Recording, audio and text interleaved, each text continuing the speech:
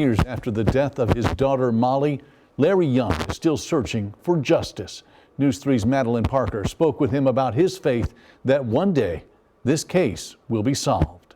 I believe that Molly was murdered. Molly Young was 21 years old when she was found dead in her ex-boyfriend's apartment with a gunshot wound to her head. Her ex-boyfriend, a dispatcher for Carbondale police, originally reported the death as an overdose, but called shortly after saying she had been shot. In the cause and manner of death document, Young's death remains undetermined.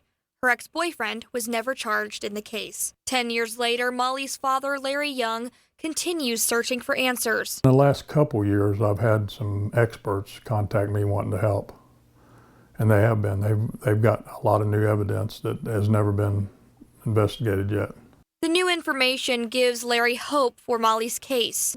Yeah, and that's one reason that I believe it'll give the present state's attorney a more of an advantage to do something about this case. The Jackson County State's attorney says his office will keep pushing for answers. Questions that need to be answered, and just because it hadn't been prosecuted or hasn't been prosecuted yet doesn't mean that the family are not victims, that she's not a victim. We'll keep asking questions, we'll keep pushing forward and seeing if there can be a resolution to this case. And after the anniversary of her death, Larry says it's time for the truth to come forward. This is a travesty and has been for 10 years, and there's not been any coldness to it. It's constantly been on people's minds, and it's time for to get it resolved.